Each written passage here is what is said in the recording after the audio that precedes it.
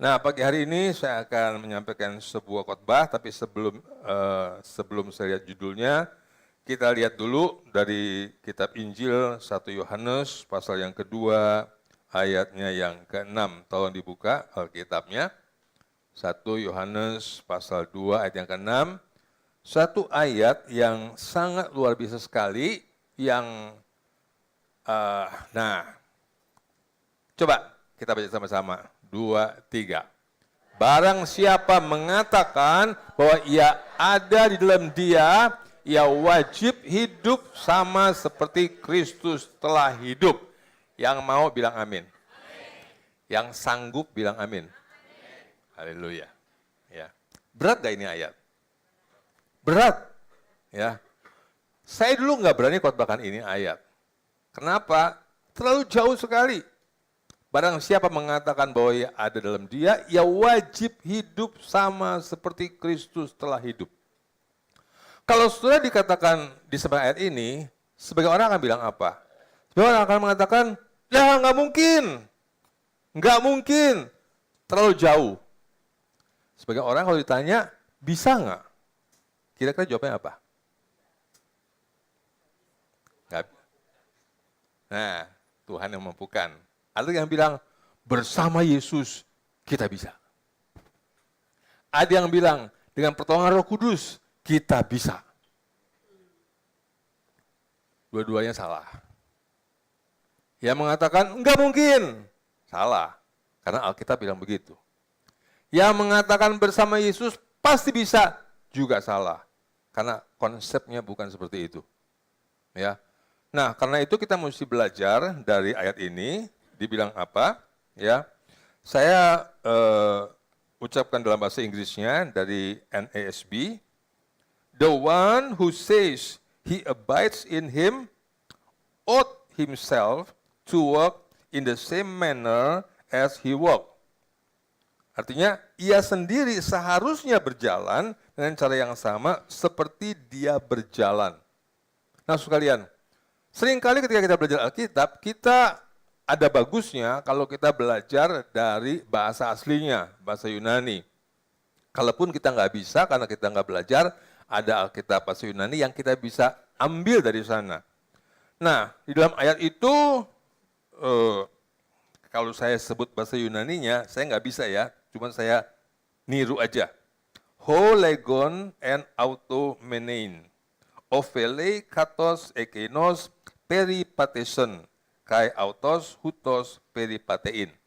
Nah, di dalam ayat itu ada dua kata yang penting. Yang pertama ada kata ophele. Ophele. Ophele itu apa? Ophele itu artinya berhutang atau berkewajiban. Ot. Kalau orang berhutang mesti ngapain? Mesti bayar. Jadi kalau orang berhutang itu seharusnya dia membayar. Nah, Alkitab ini mengatakan ought himself. Seperti itu. Jadi ophele itu artinya berhutang, seperti berhutang. Kalau berhutang, berkewajiban. Artinya orang ini berkewajiban untuk hidup seperti Yesus. Ya, itu yang pertama. Kemudian ada kata yang lain, yaitu kata tinggal, abide.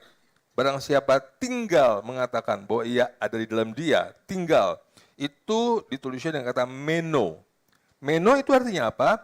Meno itu bukan sekedar tinggal biasa, tetapi bukan hanya posisinya, tetapi relasi yang terus-menerus. Seorang anak, ya, kalau dia belum menikah, dia pasti tinggal bersama orang tuanya. Tinggal. Tapi saya tanya, ada gak seorang anak pagi pergi, ya mungkin kerja, mungkin kuliah, pulangnya malam, masuk kamar, tidur. Besok pagi, bangun pagi lagi, pergi, sampai malam, pulang, masuk kamar, tidur. Saya tanya, itu anak tinggal apa enggak? Tinggal dong. Tinggal. Tapi berelasi enggak? Enggak. Karena pagi pergi, pulang malam, masuk kamar. Pagi pergi, pulang malam, masuk kamar. Tinggal, tapi tidak berelasi. Nah, hari ini kita mau belajar sekalian, betapa pentingnya memiliki relasi, berelasi, berhubungan, berkomunitas. Ya, kita sudah belajar firman di tempat ini, sudah bagus. Anda senang belajar firman, kita sudah menerima ajaran sehat, sudah bagus. Tetapi mesti ada tambahannya, punya komunitas. Itu yang saya ingin sampaikan pada pagi hari ini. Ya. Nah, kemudian kalimatnya dimulai dengan apa? Kalimatnya dimulai, nah kita masih berpikir, waduh, terlalu jauh. Tenang, sabar, khotbah belum selesai. Kalimatnya bilang begini, barang siapa mengatakan bahwa ia ada di dalam dia, bahwa ia tinggal di dalam dia. Jadi konsep utamanya pertama-tama itu tinggal. Katakan tinggal. Kita ini sudah belum tinggal dalam Kristus? Sudah. Itu bagusnya. Kita sudah tinggal dalam dia. Ya, sudah tinggal dalam dia. Nah, kemudian artinya apa? Artinya relasi itu sudah ada lebih dulu. Relasinya sudah ada, hubungannya sudah ada. Apalagi kita bukan sekedar tinggal seperti seorang anak tinggal di rumah orang tuanya. Tapi kita ini bukan cuma tinggal dalam Kristus, kita menyatu dengan Kristus. Ada amin. Lebih daripada sekedar tinggal di dalam rumahnya, tapi kita menyatu dengan Yesus. Ya. Nah, oleh karena itu, saudara apa? Relasinya sudah ada. Jadi, kewajiban di sini bukan merupakan harus. Dulu waktu kita masih menganut hukum, maka kewajiban itu berpulang kepada apa? Berpulang kepada diri sendiri. Di mana kita harus berusaha untuk hidup seperti Yesus. Ya. Dan kita sudah belajar, hal ini tidak mungkin kita bisa lakukan. Tidak mungkin kita yang duluan-duluan ini hidup seperti Yesus. Tidak mungkin. Waktu kita masih hidup dalam hukum. Tapi kemudian kita sudah berpindah pada Injil Kasih Karunia, dan kita sudah mengerti ada hubungan, ada kesatuan antara kita dan Kristus. Ada amin. Dan relasi itulah merupakan konsekuensi. Relasi itu menjadi sebuah konsekuensi, menjadi sebuah menjadi sebuah hal yang logis kalau kita hidup seperti Yesus. Ya. Jadi Anda mesti mengerti, kita ini bukan wajib karena tekanan hukum. Kita ini wajib karena memang seperti itu. Seharusnya seperti itu. Oleh karena apa? Karena kita sudah tinggal dan berelasi dengan Tuhan. Ada amin. Ya. Nah, kita harus mengerti itu. Nah, tapi pertanyaannya adalah, saya sudah tinggal bersama Yesus, saya tinggal dalam Yesus, saya sudah menyatu dengan Yesus, tetapi apa yang kurang ya? Apa yang kurang? Relasi, berhubungan. Kenapa firman Tuhan mengatakan, renungkanlah firman itu siang dan malam. Artinya apa? Merenungkan perkataan Tuhan. Merenungkan perkataan Tuhan. Kenapa kita perlu merenungkan? Karena firman Tuhan itu adalah pelita bagi kakiku dan terang bagi jalanku. Merenungkan terus artinya berrelasi dengan Tuhan. Bukan berarti kita mesti berdoa terus tiap hari. Bukan. Bukan berarti doa 5 jam, 6 jam sehari. Bukan. Tapi berrelasi, merenungkan. Suatu kita ingat, kita merenungkan. Dengan cara seperti itu, maka kita sedang berrelasi dengan Tuhan. Ya. Jadi hidup seperti Yesus itu bukan untuk membangun relasi. Bukan. Justru kita hidup seperti Yesus karena kita sudah punya relasi. Ada amin. Jadi hidup Kristen itu beda antara dengan hukum waktu sekarang. Waktu dengan hukum, maka sumbernya itu adalah apa? Sumbernya itu adalah kamu usaha. Itu sumber kita waktu kita masih hidup dalam hukum, Taurat. Ya. Sumbernya itu adalah kekuatan kita. Engkau harus mengusahakan dengan sungguh-sungguh dan sebagainya supaya engkau bisa. Tapi sekarang sumbernya itu beda. Sumbernya bukan diri saya, tapi sumbernya adalah Kristus di dalam saya. Ada amin. Makanya saya sering mengatakan pada saudara, satu ayat yang saya suka, for God is working in you, giving you the desire and the power to do what pleases Him. Jadi hidup Kristen itu semuanya karena hidup yang Tuhan berikan sama kita. Ada amin. Dan Tuhan itu telah mengerjakan di atas salib, sedang mengerjakan saat ini, dan akan mengerjakan di masa depan. Jadi hidup Kristen itu tentang Tuhan yang bekerja buat saya, di dalam saya, melalui saya. Ada amin. Beda sama hidup beragama. Hidup beragama itu tentang apa yang saya mesti lakukan sesuai dengan hukum-hukum yang tertulis. Tapi hidup Kristen itu adalah bagaimana Kristus melakukan, sudah melakukan buat saya, sedang melakukan dalam saya, dan akan melakukan buat saya di masa depan. Jadi sudah harus tahu konsepnya, konsentrasinya, fokusnya adalah Kristus dan bukan saya. Ada amin. Hidupku bukannya aku lagi, tapi Yesus dalamku. Itulah hidup Kristen, sekalian. Nah, oleh karena itu kalau kita paham ini, maka hidup Kristen itu makin lama makin ringan, makin lega. Ya, makin lega. Dan kita nggak usah pusing dengan saya harus menjadi seperti Yesus. Nggak usah pusing. Karena apa? Karena lewat semua kejadian, every detail in your life is continually woven together to bring good for you. Ya. Semua kejadian apapun juga, baik, buruk, menyenangkan, menyusahkan, menderita, semuanya dipakai Tuhan untuk membentuk hidup kita. Halo, amin. Tuhan bentuk kita. Ya. Makanya kita ini jadi orang Kristen, kita nggak usah mikir, saya jadi apa ya? Tuhan bentuk kita. Dan kalau namanya Tuhan bentuk kita, dia adalah penjunan, kita adalah tanah liat. Jadi terserah dia kita mau bentuk seperti apa. Terserah dia bagaimana membentuk kita. Tuhan membentuk saya, beda dengan Tuhan membentuk Pak Sugi, dan membentuk yang lain-lain, beda semua. Karena kita ini beda-beda. Ada amin. Makanya kita nggak bisa bilang, kenapa dia begitu, kenapa saya begini, kenapa saya lebih keras dikerjakannya, kenapa dia lebih ringan. Lah iya, dia rotan, saya besi beton. Ya beda dong. Dia rotan tinggal ditekuk. Terus saya mesti dibakar dulu. Sampai merah, membara, ditempa, ditekuk. Nggak cukup, celup air, bakar lagi. Lu besi beton, beda. Karena itu kita biarkan saja. Yang penting kita yakin bahwa kita ini di tangan penjunan kita. Dan kalau nanti jadi, kita jadi apa? Alkitab mengatakan, you are God's masterpiece. Maha karyanya Tuhan. Ya. Semua saudara, Ibu Ana adalah maha karyanya Tuhan. Oh, mantap. Ibu Sugi, bukan Ibu Sugi yang ini, ya. Ibu Sugi, Sugi ya. Sugi itu. Enggak ada hanya. Ibu Sugi, you are God's masterpiece. Pak Fajar yang baru datang, Ibu Joyce yang baru datang, you are God's masterpiece. Saya mesti sebut juga Pak Michael sama Ibu Sela. You are God's masterpiece.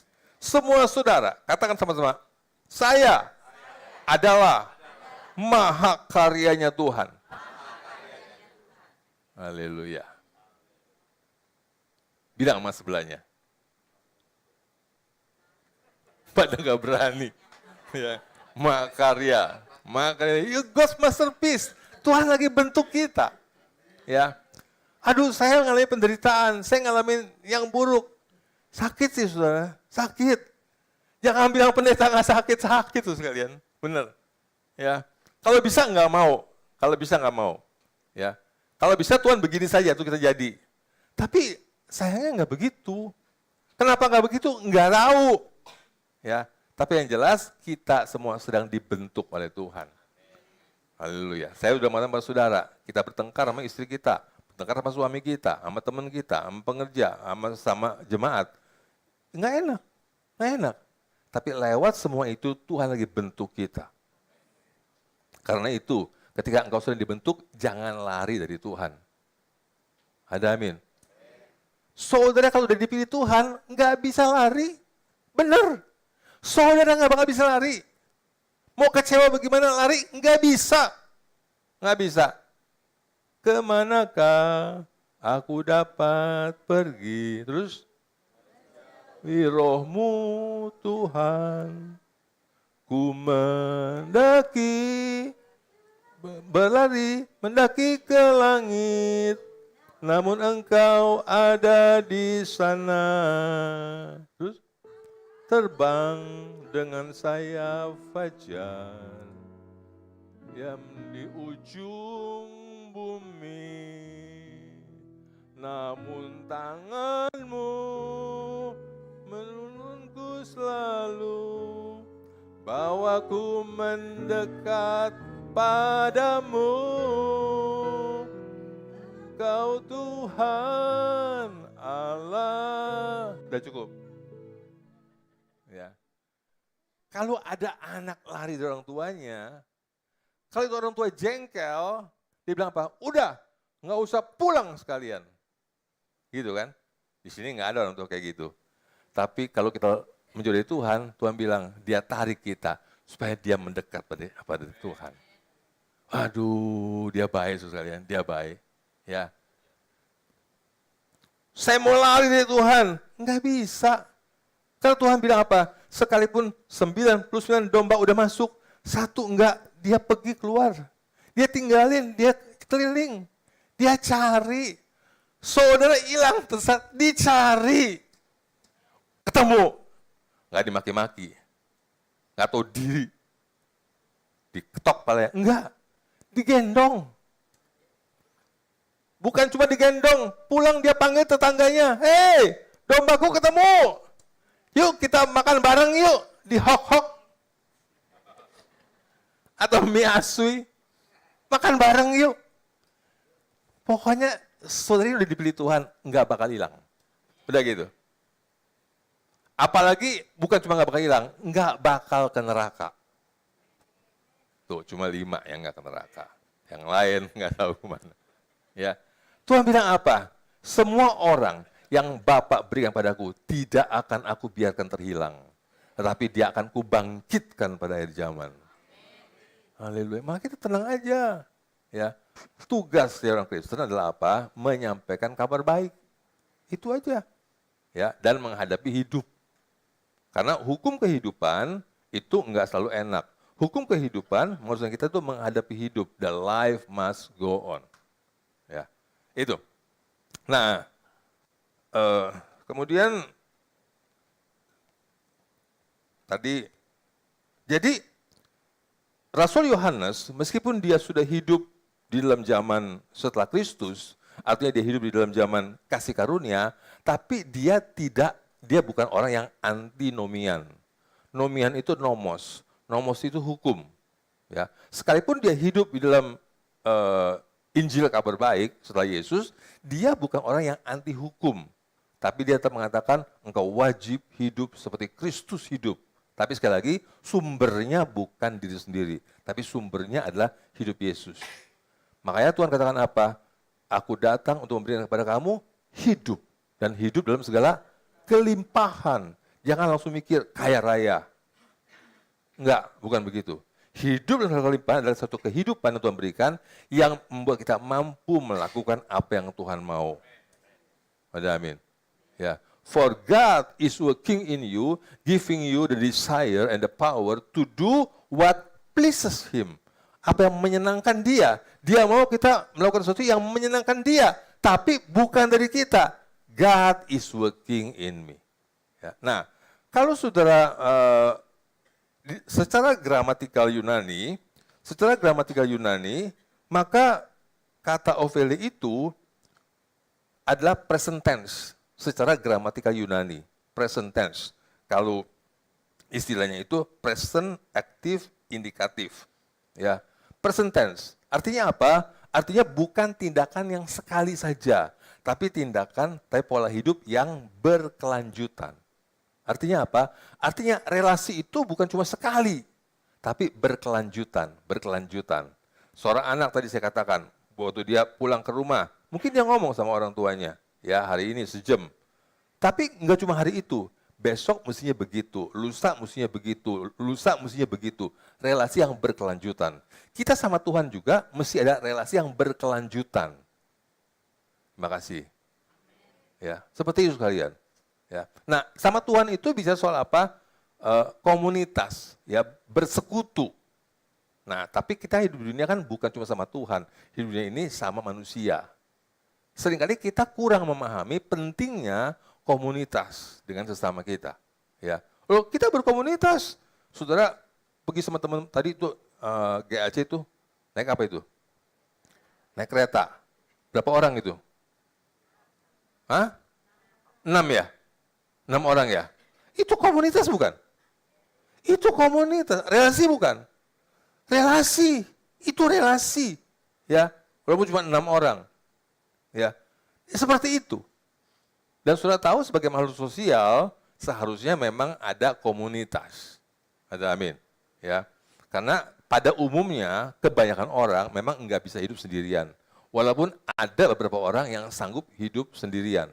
Dia alone tapi tidak lonely. Beda. Lone itu sendiri. Lonely itu kesepian. Ada orang di tengah keramaian bisa lonely, kesepian. Ada orang alone tapi tidak lonely. Ya, tapi kebanyakan orang harus hidup berkomunitas. Nah, karena itu saya ingin menunjukkan pada saudara dua pola. Satu itu pola tanaman, satunya itu nanti pola manusia. Tolong dikeluarkan, saya punya slide. Ya, nah makanya saya beri judul, kamu dibentuk oleh apa? Nah, kok dari kemarin? Nah, ini pernah lihat nggak? Pernah dengar nggak istilah rumah kaca, greenhouse? Ya, buat apa? Kok tanaman ditaruh di kaca? Kan tanaman ditaruh di luar biasanya. Karena apa? Satu hari dulu waktu kami pergi ke puncak, kan banyak tumbuh-tumbuhan, bunganya bagus-bagus, warna-warni. Istri saya bawa pulang. Tanam di rumah dengan harapan akan muncul bunga yang sama. Nggak mati tanaman itu, tapi bunganya nggak ada. Ya, yang warna-warni kita harapkan itu nggak ada. Kenapa? Cuacanya nggak cocok. Lingkungan cuacanya nggak cocok, makanya dia nggak bisa tumbuh. Ya. Lalu makanya orang bikin rumah kaca supaya ada tanaman yang mestinya nggak cocok, lalu disiapkan supaya nanti kita lihat. Ya. Nah, ini rumah kaca begini, rumah kaca. Tujuannya apa? Fungsi utamanya adalah menciptakan lingkungan ideal yang stabil. Dalam rumah kaca, suhu dijaga, tidak terlalu panas atau dingin, kelembapan diatur, angin dikontrol, cahaya tetap cukup, hama lebih mudah dicegah. Hasilnya, tanaman tidak stres, pertumbuhan lebih cepat, buah bisa lebih besar dan seragam, panen bisa lebih konsisten. Saya pernah melihat ini di tempat saya punya adik ipar, ya, di Lombok. Ya. Dia punya tanaman itu diperhatikan suhunya, pakai kipas angin. Itu buahnya besar-besar. Apel di kita kecil dia besar, tomat kita kecil dia besar, paprika di sini kecil dia besar, semuanya besar semua. Ya, karena dipelihara dalam satu lingkupan yang dijaga, yang diatur dengan sengaja. Ya, itu. Nah, ini kita di rumah pakai kipas angin, ya. Tapi ternyata kebun juga ada kipas angin, ini bahkan kipasnya besar sekali. Tujuannya buat apa ntar kita lihat. Nah ada gini, di tempat adik ipar saya itu ada kipas anginnya, ditiup, tanamannya ditiup. Fungsinya apa? Fungsinya adalah menguatkan batang. Jadi karena dia ditiup angin, dia begini, dia berusaha nahan, makanya dia punya batangnya kuat, ya, akarnya kuat. Gitu. Lalu membantu penyerbukan, itu ditiup angin, penyerbukannya bisa pindah. Lalu mengurangi penyakit. Pertumbuhan maksimal terjadi ketika lingkungan dikondisikan dengan benar. Perhatikan, lingkungan dikondisikan dengan benar. Pernah dengar nggak Alkitab mengatakan begini? Pergaulan yang buruk merusakkan kebiasaan yang baik. Jadi penting nggak pergaulan? Penting. Ya. Saya pernah mendengar sebuah kisah tentang seorang entrepreneur yang sukses. Ya. Dia ngobrol sama teman-temannya. Lalu setelah ngobrol sama temannya lama, bergaul lama, itu temannya itu bilang begini sama temannya itu, income-nya udah gede, 10 juta per bulan. Gede dong. Ya. Tapi dia lebih gede lagi. Lalu setelah lama bergaul, temannya bilang sama dia, gua nggak nyangka lu, ternyata penghasilan sebulan cepet tiaw possible ya. Nah, dia bergaulnya di lingkungan yang di bawah Cap Tiaw. Dia udah jadi raja di situ. Dia pikir udah paling top Cap Tiaw. Setelah bergaul sama yang satu ini, baru dia tahu ternyata cepet tiaw per bulan itu possible. Pergaulan. Nah, yang ini, yang kaya ini, yang cepet tiaw ini, dia bergaul sama yang lebih atas lagi. Yang mainannya miliar. Dia belajar, gimana sih bisa dapat miliar? Oh, begini, begitu, baru bisa dapat miliar. Anda lihat, pergaulan. Ya. Ini yang positif ya, yang negatif kita nggak usah bilang. Berarti pergaulan penting. Kira-kira menurut saudara, seorang anak Tuhan bergaul sama anak Tuhan, bagus hasilnya? Seharusnya. Bagus. Ya, anak Tuhan bergaul sama anak Tuhan, bagus hasilnya. Itu menurut saya. Ya. Nah, rumah kaca itu sama dengan lingkungan rohani yang sehat. Itu diumpamakannya, analoginya. Lingkungan rohani yang sehat. Saudara udah belum berada di tengah-tengah lingkungan rohani yang sehat? Sudah belum? Ya, ada yang sudah, ada yang belum. Ya, ini juga udah sehat nih. Ini juga udah sehat, betul. Tapi ingat, kita cuma ketemu seminggu sekali. Ya. Nanti saya kasih contoh sama saudara. Itu tanaman enggak cuma sekali-sekali, tapi tiap hari berada dalam sebuah lingkungan yang sehat. Makanya dia bertumbuhnya bagus. Kemudian kipas angin, itu sama dengan firman. Hari Minggu dapat firman. Komunitas, teguran, dorongan. Jemaat tidak cukup hanya hidup, tapi perlu lingkungan yang sengaja dibentuk. Sel itu, sel group itu adalah lingkungan yang sengaja dibentuk. Ya. Makanya saudara yang masih alone, yang masih belum berkomunitas, bentuklah sel. Atau masuklah dalam sel yang ada. Yang belum, bentuklah sel. Memang kita semua sibuk, ya, nggak ada waktu ini itu. Tapi ini penting untuk pertumbuhan saudara. Ya, bentuklah sel. Ya, kalau nggak bisa bentuk sendiri, masuk sel yang sudah ada. Ya, sayangnya kita masih sedikit selnya. Tapi saudara bentuk itu. Atau saudara membangun sel sendiri. Ya. Nah, kalau hanya ibadah minggu, itu seperti tanaman disiram seminggu sekali. Nah, coba kalau ada WhatsApp renungan harian. Ya. Saya mulai memberikan potongan kecil firman setiap hari. Ya, setiap hari. Itu akan berjalan terus. Selama saya masih hidup. Ya, akan jalan terus. Ada kelompok kecil, kita sudah ada, tapi sedikit. Ada kelas Alkitab nanti. Ya, kalau itu sudah jalan dengan baik. Nah, ini ayatnya nih. Baca sama-sama, 2, 3. Mereka bertekun dalam pengajaran rasul-rasul dan dalam persekutuan, dan mereka selalu berkumpul untuk memecahkan roti dan berdoa. Ini yang saya mau ngomong, Mas Saudara. Ya.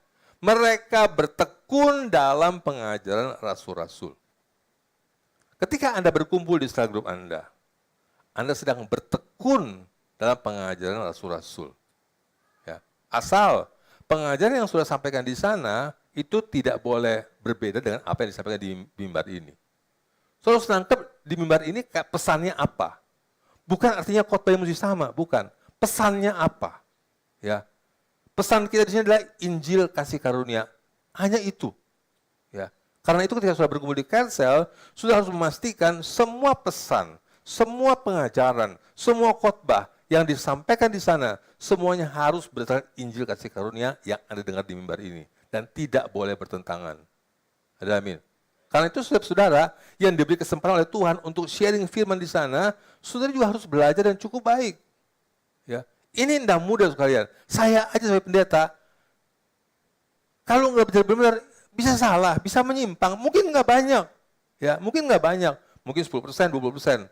Tapi karena ada orang-orang yang memberikan insight pada saya, memberikan panah pada saya, itu dan saya mau terima. Ya. Lama-lama saya terbuka, oh ini disalahnya, ini kurangnya, ini salahnya, itu kurangnya. Padahal saya itu udah belasan tahun di situ, kalian. Masih bisa salah. Karena itu Anda yang diberi oleh Tuhan untuk sharing firman Tuhan, Anda mesti belajar betul-betul. Perhatikan semua firman ini dan jangan telan sembarangan khotbah. Jangan, nanti pikiranmu rusak. Halo, amin. Saya ngomong serius kalian. Ya. Rasul Paulus ngomong serius mengenai hal ini. Dia bilang apa? Kalau ada orang, bahkan malaikat, yang beritakan Injil yang beda sama yang aku sampaikan, terkutuklah orang itu. Bayangin, dia serius. Dia bilang, hai jemaat Galatia, kenapa engkau begitu bodoh? Kemarin engkau sudah terima Yesus, kenapa sekarang engkau berbalik lagi? Engkau bodoh. Paulus serius. Saya pun serius pada saudara. Saudara kalau makan firman itu jangan sembarangan. Jangan semua khotbah Anda telan. Jangan semua pengkhotbah Anda dengarkan. Halo, amin. Bapak sombong. Emang berapa sih yang nonton YouTube Bapak? Nggak banyak. Nggak banyak. Nggak banyak. Ya. Tapi saya mesti ngomong ini. Kalau gara-gara yang nonton saya nggak banyak, terus saya nggak berani ngomong, nanti saya salah. Ya. Kita sudah belajar ini, kita sudah masuk tahun yang ke-16. Belajar Injil kasih karunia dan kita tahu, semakin kita tahu, ini adalah ajaran yang sehat. Halo, amin. Ya. Ada banyak pengkhotbah sekalian, itu khotbahnya bagus, kelihatannya hebat. Yang dengar ribuan orang, tapi mohon maaf sekalian, ada yang saudara nggak usah ikutin, jangan ikutin. Nah, Anda akan dengar beda. Ada orang yang dulu lama di sini, di tempat lain. Mereka jujur kok, mereka ngomong, waduh beda. Ada pengerja kita, dia tugas luar kota dia mau cari gereja, didengerin, aduh beda sama kita, beda. Ya karena itu saya nggak mau bangga-banggain gereja sendiri, nggak mau sombongin pengajaran kita, nggak mau sombongin. Tapi ini yang saya yakini, inilah pengajaran yang benar. Halo, amin. Saya nggak mau ngomong. Kenapa ini bisa jatuh? Sini deh.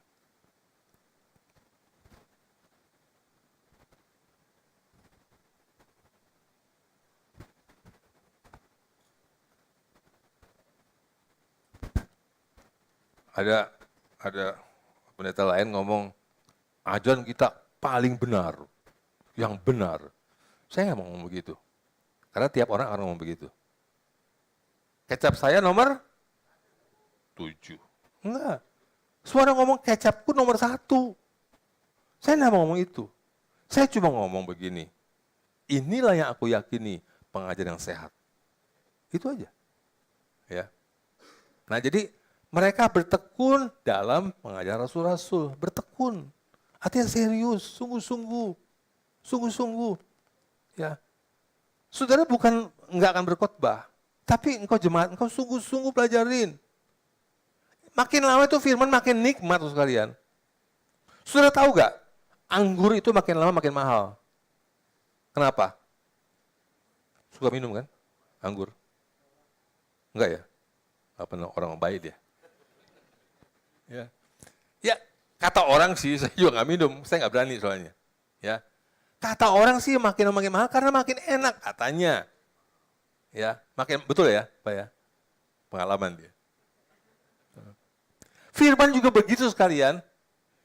Ya, ada orang cerita itu keluarganya begitu dengar firman tidur. Teman saya dulu suka cerita kumpul-kumpul kan, aduh. Gue susah tidur. Lu kalau susah tidur gampang. Lu baca Alkitab dah, pasti tidur. Ya. Kita dulu begitu sekalian. Dulu begitu, tapi kalau baca buku silat, dari pagi sampai sore, enggak selesai. Sekarang udah enggak ada kali ya buku silat. Yang ada sekarang, TikTok. Enggak selesai. Ya. Nah, tapi kalau sudah tahu, kalau makin tekun, makin enak, makin lama itu film makin luar biasa. Terima kasih. Makin luar biasa firman itu. Ya. Makin lama kita makin alami, makin benar tuh firman. Gitu loh. Lalu, dan dalam persekutuan. Bukan cuma belajar sendiri, tapi dalam persekutuan. Dalam sel grup, dalam carousel, dalam ibadah dan sebagainya, dalam GAC, dalam Young Generation, berkumpul dalam persekutuan. Ya, saya bilang sama saudara, kebanyakan orang butuh itu. Walaupun ada orang-orang yang alone nggak apa-apa, dia bisa berkembang. Ya, kadang-kadang ada orang-orang yang dalam satu wilayah yang tidak mendukung, tapi bertumbuh. Contohnya apa? Daniel, Sadra, Mesa, Abednego. Di pembuangan, tetap bertumbuh. Nggak ada persekutuan mereka. Ada yang begitu. Tapi kebanyakan orang nggak begitu. Banyak orang harus perlu lingkungan, saling membangun. itu yang tadi saya cerita, entrepreneur itu, dia itu tinggalnya di daerah Lokasari. Lokasari itu adalah surga dunia. Ada yang tahu Lokasari? Berarti masih muda semua. Ya, kalau udah tua, tahu Lokasari. Itu surga dunia. Dia bilang, buat saya, itu gampang sekali jatuh ke situ. Tapi dia bilang gini, tapi untungnya saya ada di lingkungan persekutuan, ada sel grup itu. Ya, sehingga mereka itu menjadi koridor buat saya. Dia bilang begitu sekalian. Ya, jadi koridor. Kalau dia mau menyimpang, lu nggak boleh begitu loh, gini-gini itu. Ada koridor. Ya, seringkali kita ini mesti dikasih tahu orang. Kalau nggak bisa. Dalam persekutuan, dan mereka selalu berkumpul untuk memecahkan roti dan berdoa. Memecahkan roti dan berdoa. Sekarang sudah nggak ada roti. Adanya apa? Soles, kroket. Ya, apalagi kue sus. Makan-makan. Jadi saya mendorong saudara. Kalau saudara nangkep ini. Ya, saudara mesti tahu, penting nggak pengajaran? Penting, penting. Tapi komunitas yang sehat itu juga penting untuk mendukung pembangunan hidup rohani Anda. Ada amin. Ya. Nah, ini kan kumpul rame-rame nih. Saya mau kasih gambaran salah satu sel grup kita. Ya, yang kumpul begini. Nah, ini siapa nih? Mana ketuanya? Mana ketuanya? Di situ. Tadi saya nggak janjian sama Pak Daniel, ya Pak, mau nggak sedikit kasih testimoni, bagaimana community ini menolong dalam mengembangkan orang-orang yang hadir. Saya sih nggak janjian, nggak usah lama-lama Pak, 30 menit aja. Sengaja saya nggak janjian, ya supaya semuanya spontan, otomatis. Gitu loh.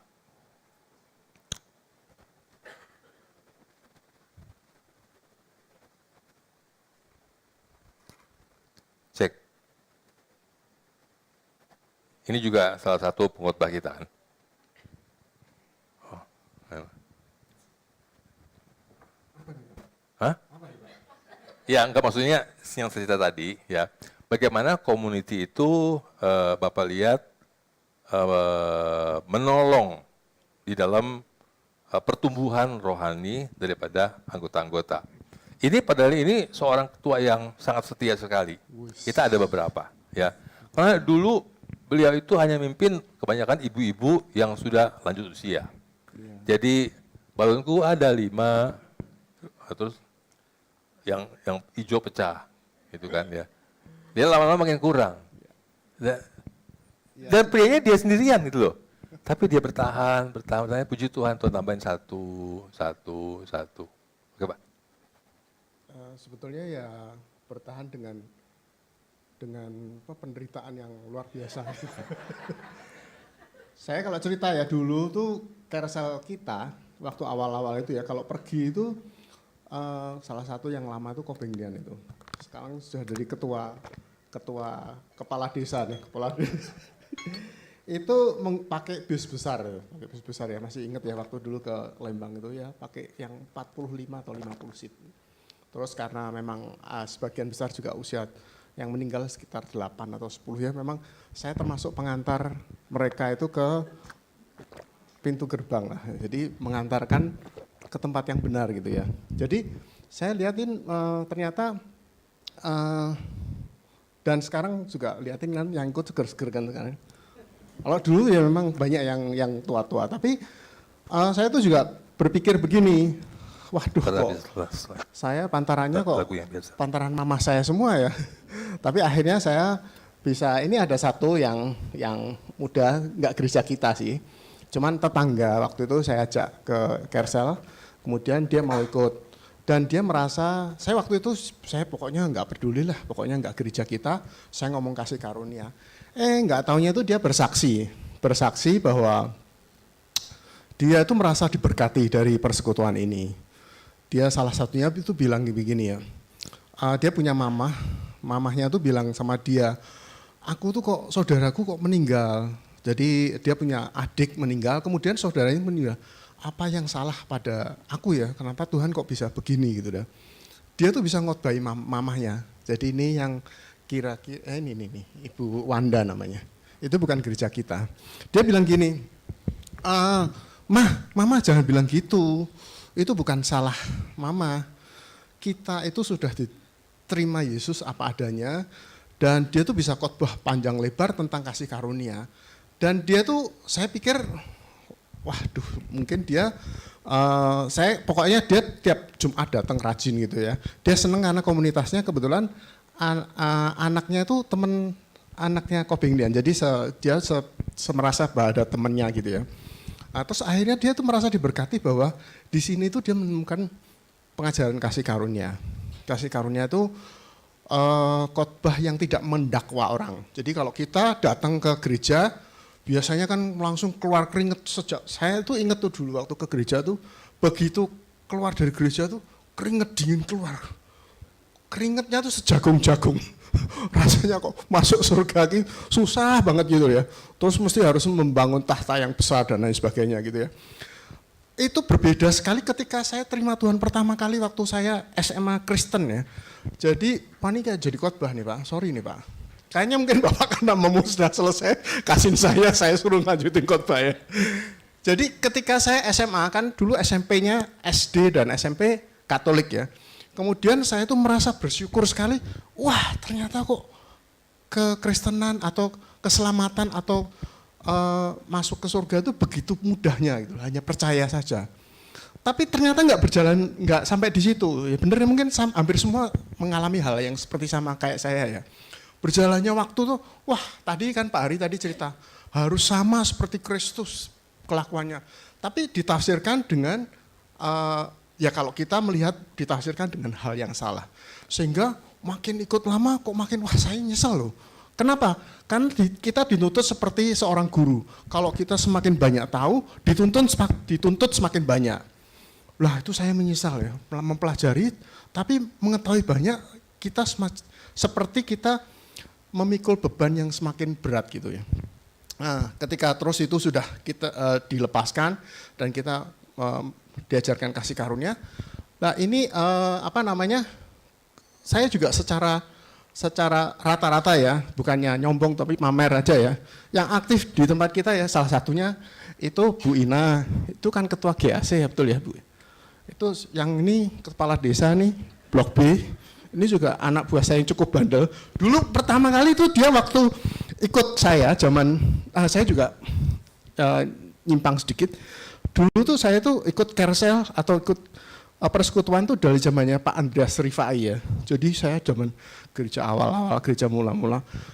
Kok tadinya Kobengdian itu juga mau ngajak Anita itu nggak mau gitu loh. Sampai akhirnya dia punya trik tersendiri. Dia bilang gini, kamu nggak ikut saya, itu yang ikut persekutuan tuh orangnya cakep-cakep dia bilang.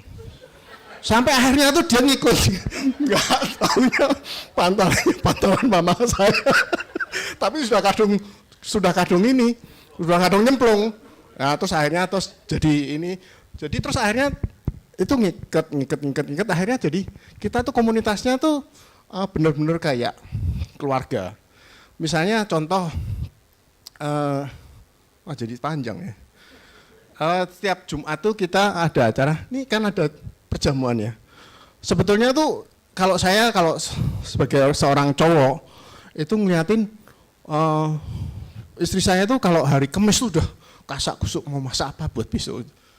Jadi persiapannya tuh dari Kamis tuh sudah sama Bu Lili ya. Bu Lili itu maksudnya dia punya kerinduan memang.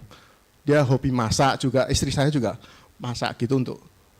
Jadi tapi itu jadi habit, jadi akhirnya jadi kebiasaan kita menyediakan jamuan gitu supaya ya tadinya nggak secara sengaja, tapi akhirnya terus kira-kira mulai 1-2 tahun belakangan kita biasanya terus makan dulu gitu.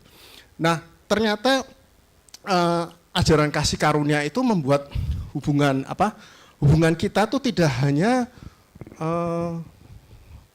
pengajaran aja, tapi setiap saat itu kita komunikasi, misalnya di sini ada Bu Yeni ya. Bu Yeni itu ikut di Kersel tapi pas ini dia nggak datang.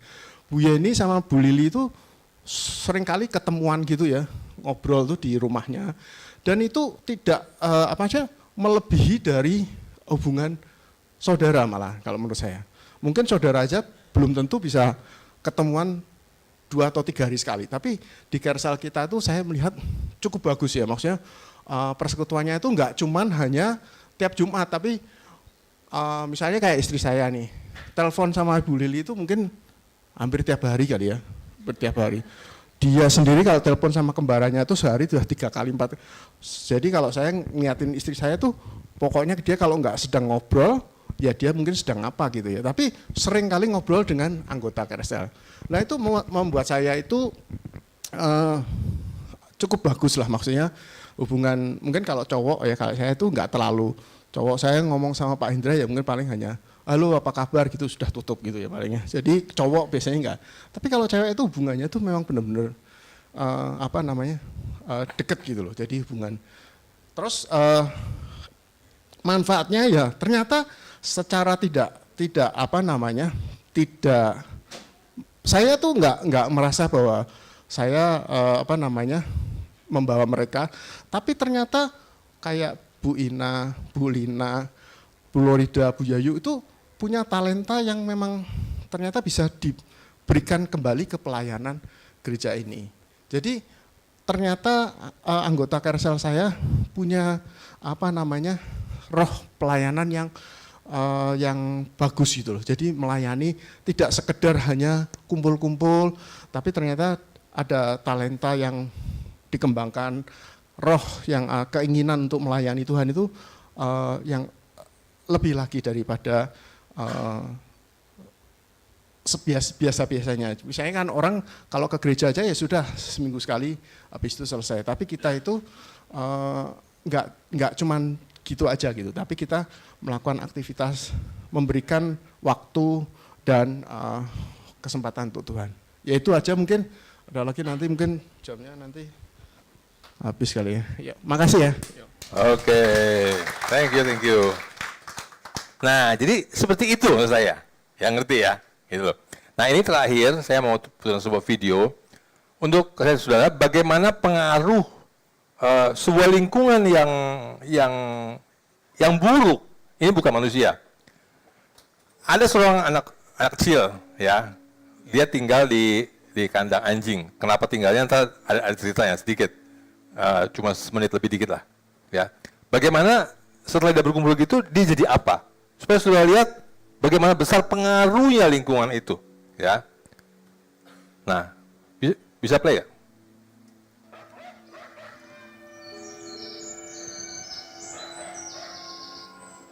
At first, this looks like some kind of strange hoax. Ukrainian girl Oksana Malaya running, jumping, eating and barking just like a dog. But this is no fraud. Oksana's behaviour is the result of the most cruel childhood neglect. Her parents were alcoholics, and one night, too drunk to care, they left their infant daughter outside in the cold. Looking for warmth, Oksana crawled into the farm kennel.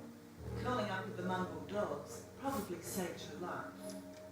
For the next 6 years, from the age of 3 to 8, the kennel was Oksana's home, and the dogs her family.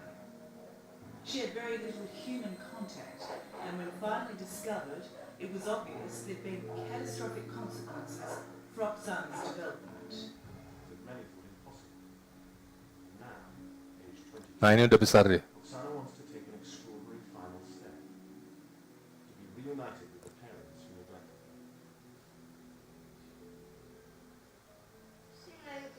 her. I want to see them with my own eyes so desperately, because I've been told I have no parents.